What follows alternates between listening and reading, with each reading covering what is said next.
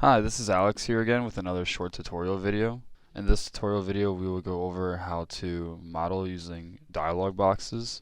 In the previous video we went over how to model only using the table, and in the next video we're going to go over how to model only using the graphical area. To start off, we'll go up into the left hand corner and click on the new model button.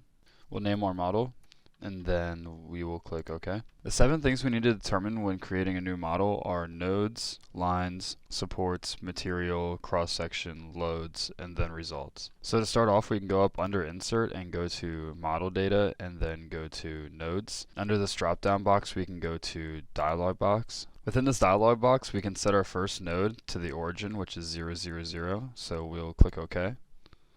As you can see, our first node was placed. We would like to place the next node 10 feet away from this node in the X direction. So we can go back up into Insert, go to Model Data, go to Nodes, and go to Dialog Box again. Then we can go to the coordinate X and input 10 feet.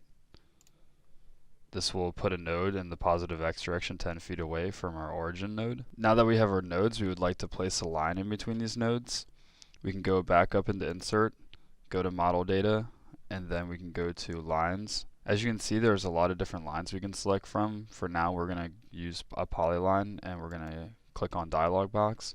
Within this dialog box, we will select the nodes we would like to place the line in between. Within this list of nodes, we can either select our nodes graphically by clicking on them and then clicking OK in this box, or we can enter them manually. As you can see, our line was created between our two nodes after clicking OK. Now that we have our line and nodes, we would like to create a material. As you can see in our project navigator under materials, we already have a material set, but it's blue, so it's not assigned to any certain cross section or member. We will keep still A992 and move on to assigning a cross section. Instead of going up into Insert, Model Data, and going to cross section, we can just go into our project navigator and right click on cross section.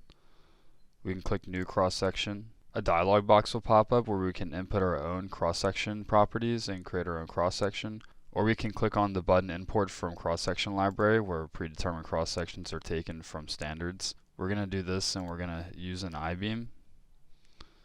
We're going to take an I-beam from the AISC 15, a W shape, and we're going to use a 30 by 326.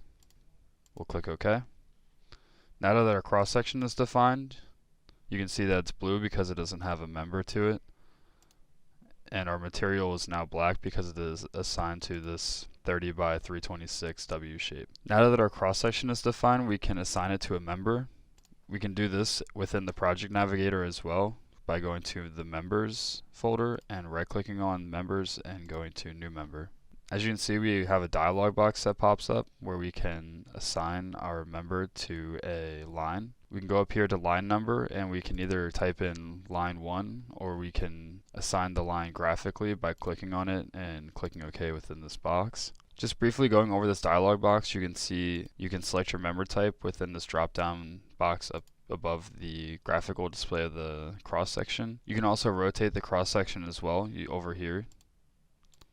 And below we have our member start and member end cross section along with member hinges we can assign to the end of the member. For now we're going to keep the member start as W30 by 326 and we'll click OK.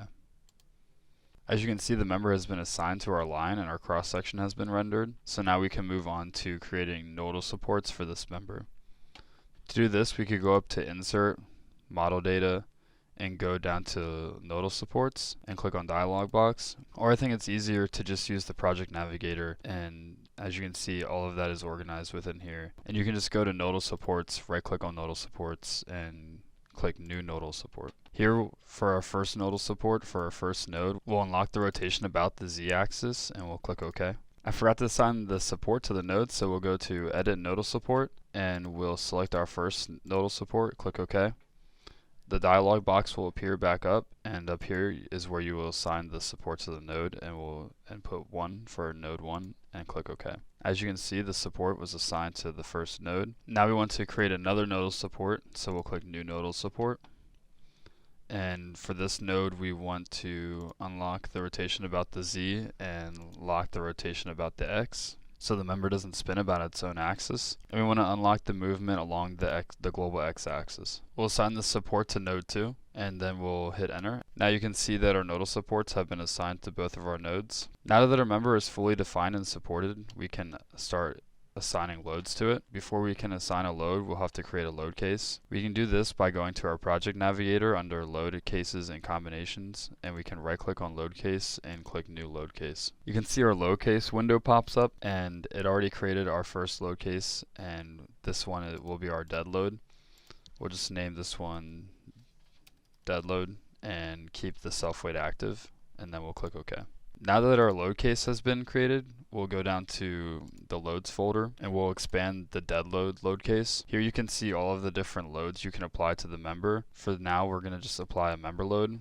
So we're going to right click on member load and click new member load. As you can see, our new member load dialog box pops up, and we're going to keep our load type as a force, and we're going to use a uniform load distribution. For our load direction, we'll keep it as the global true member length and the Z direction. You can also have this be projected, and as you can see, choosing either projected or true member length changes the graphic down here, and that gives you a nice visual representation of what these each represent. For now, we're going to keep it as the true member length. Now we can go down to load parameters and input a load of -1 kip per feet. We'll click OK. Now we must assign this load to a member, and we want to assign it to our member 1.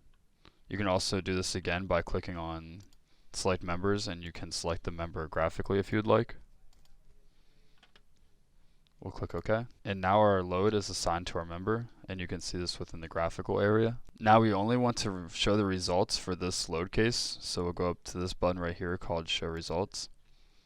We'll click OK and run our results. Now you can see our results are displayed, and our results tab has come up in our project navigator along with our panel. A future video will be dedicated on going over results more in depth and how to display different results along with colored cross sections and colored results. For now, we can also view the maximum moment by clicking on members and clicking on moment about the y-axis. As you can see, our maximum moment is 16.579 kip feet. So that concludes this short tutorial, and I hope this video was helpful in demonstrating how to model using only dialog boxes. In the next video, I'll go over how to model only using the graphical area. Thanks for watching.